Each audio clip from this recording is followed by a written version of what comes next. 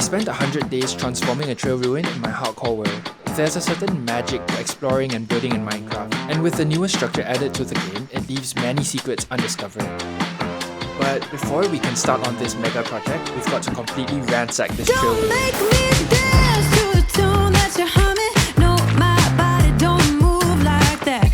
A lot of YouTubers go into their videos with a huge build plan in creative, but I haven't been gifted with the creative juices they have, so it's gonna be interesting to see what I come up with. We turned this mountain into a whole excavation site, but the entire structure looks trashed. So what I want to do is rebuild these houses, and to do that, I'm gonna need a ton of terracotta. I'm also gonna need some other materials. Oh. Okay, but chill.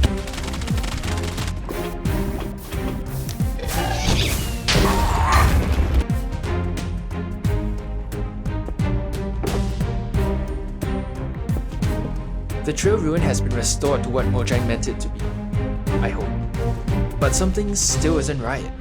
I've got an idea to make it better, but with the building skill of a 7-year-old, my chances of carrying out my plan are pretty slim. You see, even though we technically have a full build, I'm not satisfied with this in my hardcore world as my finished work. In some ways, this world is a representation of me, and I want it to be the best it possibly can.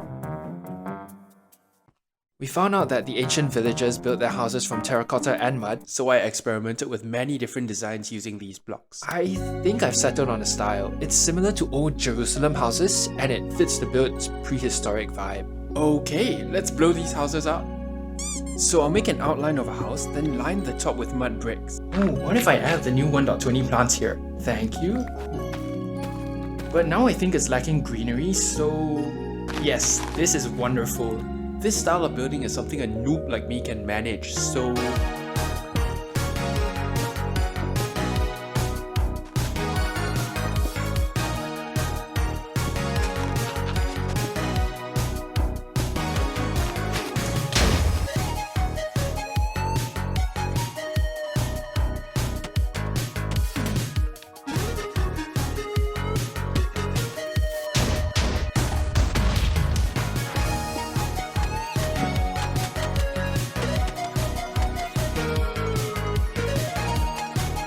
We've only got the tower left. It's the centerpiece of the structure, so it's got to be done right.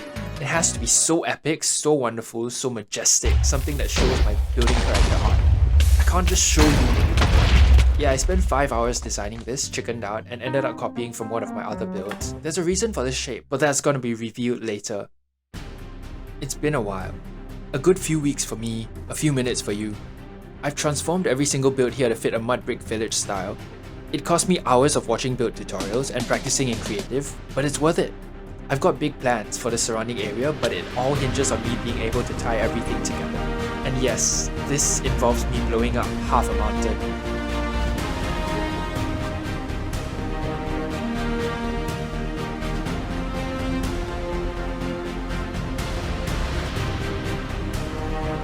That did not go as planned.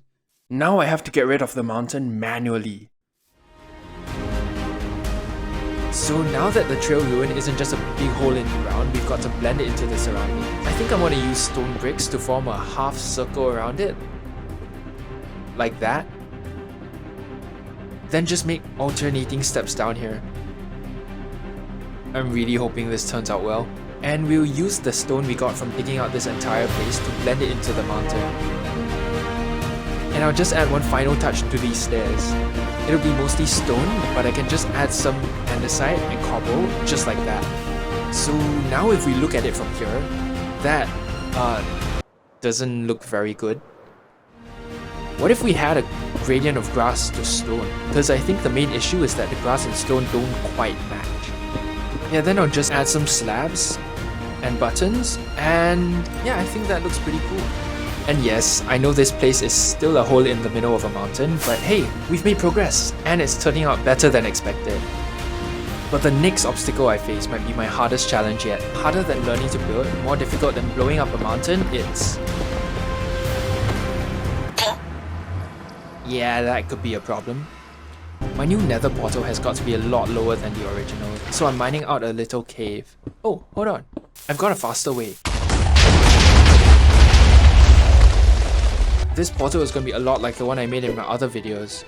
I want to make it look like the inside of a deep cave, so I'm swapping the stone for deep slate. One trick I discovered to be a master portal maker is to not show the portal, so we'll cover it up and make it look more natural. And now I have to do the ceiling. This is gonna take a long time. At the edges of the cave, I'll leave some blocks so it gradually transitions from deep slate to stone. Now I'll have a basalt path all the way here to the portal. It doesn't look very good. We'll try something drastically different. It actually turned out better than expected. That's weird. Now for the inside of the cave, I'll add some ores just like that, and that's the portal finished. Now my nether portal on the other side is pretty difficult to spot, so we'll make it impossible to miss. Then it'll link up to down below.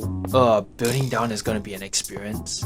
I built chains attached to a platform, then underneath it's gonna connect to a box for the nether portal.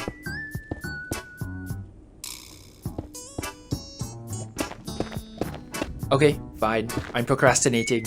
I don't want to deal with villagers. Can't wait to chase NPCs around for hours. From my research, it seems that most people just cram a bunch of villagers into a tiny, ugly space, and I want to do something a little bit different. Wait, is that a full diamond zombie? Let's see if we can save him. No! Wake up, buddy. We're going on a road trip. Send him through the portal and... oh, he's already in the boat. That was a lot easier than I expected. So this tower is going to be a disguised villager breeder, like this.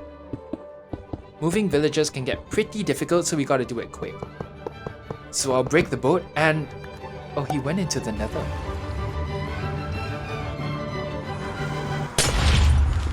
You're joking. We'll work on the other one first.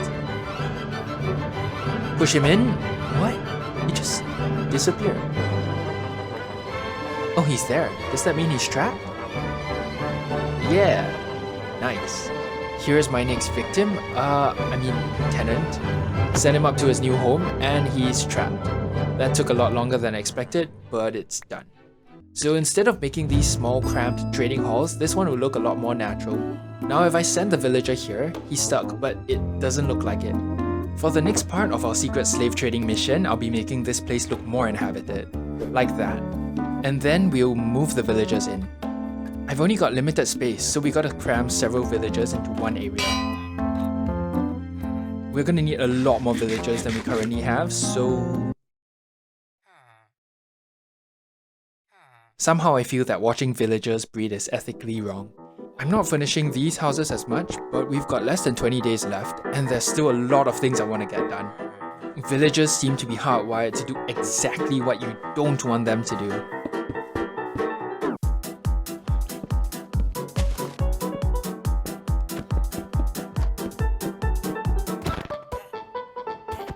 That's weird, they just disappeared. And that's done. But this place is a mess. Shulkers and chests are everywhere, and we've got a huge ugly cliff wall behind us, and the builds aren't connected. But it's about time I get it done.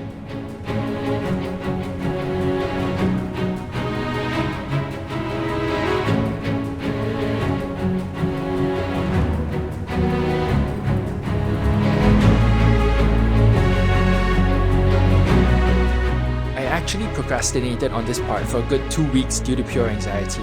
I spent a total of 10 hours in a creative world on this wall alone, trying to make it right. I was scared. This was the final mark this video would make on the YouTube algorithm before it was washed away into the millions of hours of content that came before it. And I wanted this to be the best video I could make. But that's fine. At the end of the day, I'm proud of what I've done. I pushed myself hard, and I'm happy with the result.